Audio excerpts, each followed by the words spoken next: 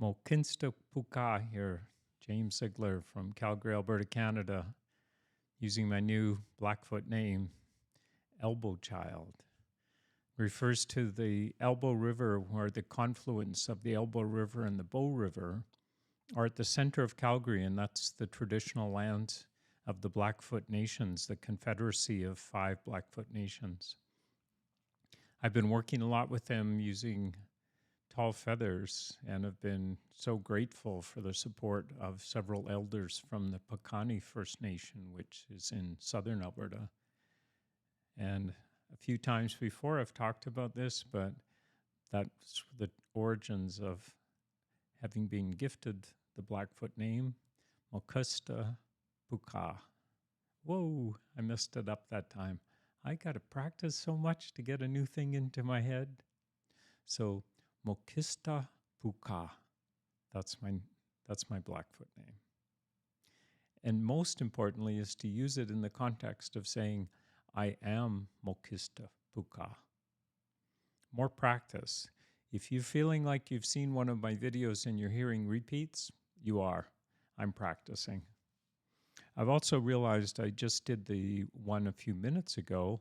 When I played it, I realized there's quite a difference on the mic levels from the scene. This scene, I had set the mic with the Rodecaster Pro Chat on, and there's a Rodecaster Pro main stereo that comes in.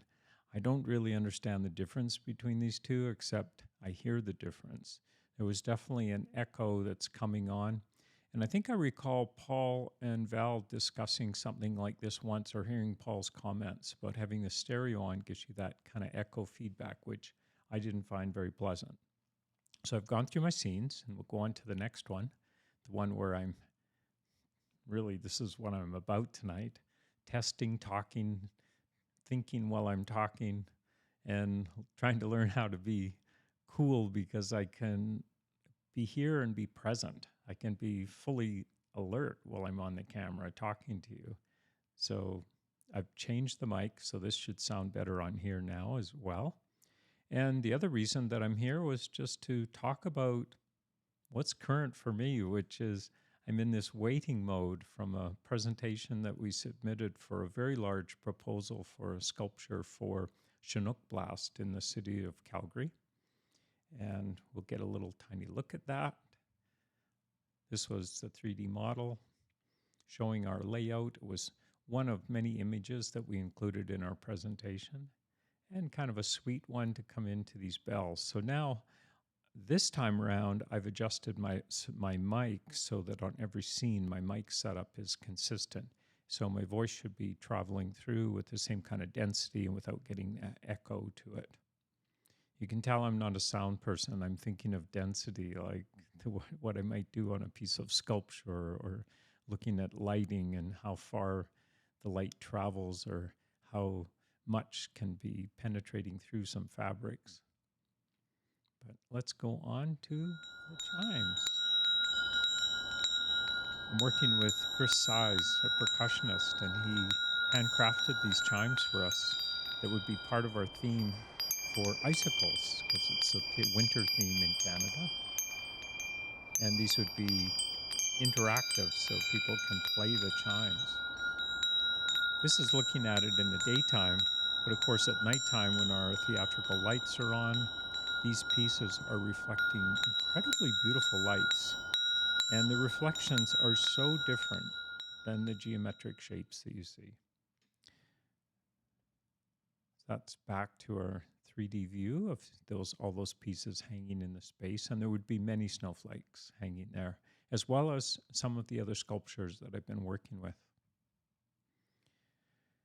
So, what are we waiting for? They were supposed to announce originally on November 25th who the winners were.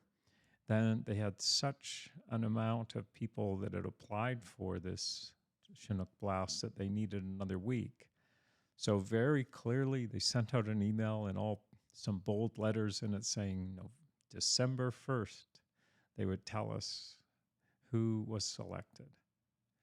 That's come and gone. We haven't heard anything. So I'm guessing that it's taking them more time to process this. Maybe tomorrow will be full of excitement.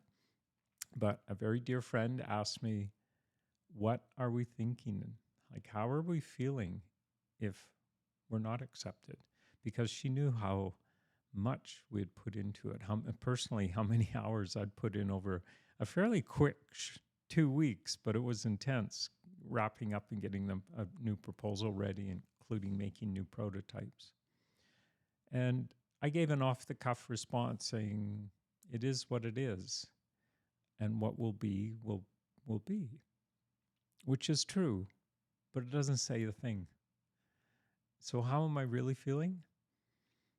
I'm feeling that in doing this, we moved ourselves forward. It got us focused. Chris created these wind chimes that we hadn't had before that we're going to use now in another event coming up. And he's starting to use those to record sounds for them and is coming up with some beautiful resonance to use as a played event.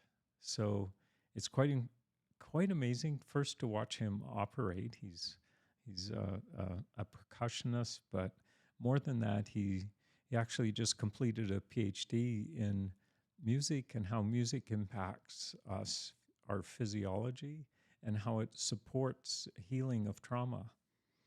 And healing is a big part of both what I do with Tall Feathers, of course, and also what we're doing with Traces. It creates an environment that particularly has an impact. It's like stimulating but calming at the same time. I hear people saying that they might have had challenges learning how to meditate or spending any time more than a few seconds with their eyes closed. And when they come here and they see these lights, at first they're not sure what to think, and then very quickly they say, this is so calming and so engaging, even though it's very stimulating to their senses, but they feel this sense of calmness. And other research has supported how that kind of an environment can really support that neuroplasticity and that transformations of old pathways in the brain that may have been the legacy from whatever hardships that person has gone through, whatever situations have been at some point in their life. So we're quite optimistic seeing how all of these things come together. So putting the effort into making this proposal meant that we did the work. We found more things. We expanded the capacity of what we're doing. We just made some discoveries. We're on the winning side of it. And now if on top of that, on Monday, we find out we're physically on the winning side of having an accepted proposal, well, that's like we knocked it out of the ballpark. And also Christmas will be a very busy season for us because we'll have, if we do come out on top as receiving one of the award positions, then we've got to jump into action. There's lots that'll have to be done. So tomorrow or Tuesday, whatever day, whatever happens, I will do a sequel to this talking about what's my real reaction when the stuff hits the ground. Okay. Mokinsta Puka, Calgary, Alberta, saying goodnight.